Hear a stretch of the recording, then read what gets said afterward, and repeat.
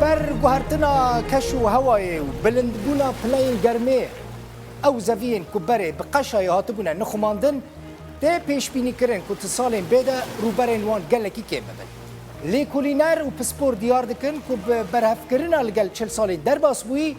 نافچه قشاگرتی جسدی 20 کم بوده گوهرتنا کش و هوای حلاندنا قشای لجیهانه لروسیا، سیبیریا، آیسلند، گرینلاند، اسکاندناویا جبر بلندبونا پلین گرمه لجیهانه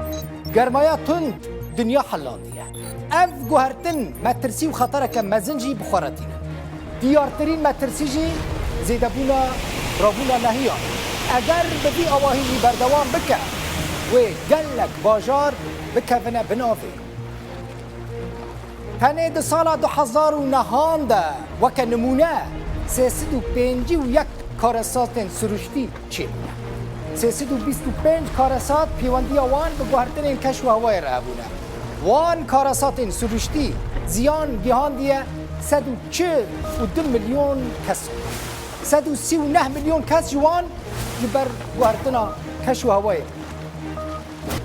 جسال 1999 حتی 2009 نزدیکی 55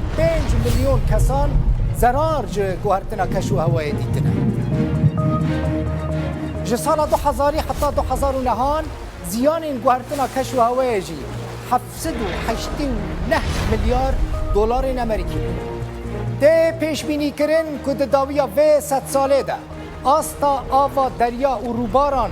20 حتی 9 سانتی متران بلند ببه او یک جی دیسا جبر گرمبونا زیده و حلاندنا نافچه این قشاگرتیه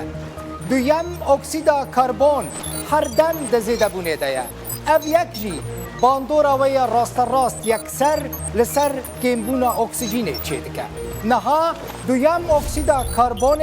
جی 1 میلیونی ده 308 بشیده بری شورشا پیشسازی جی 1 میلیونی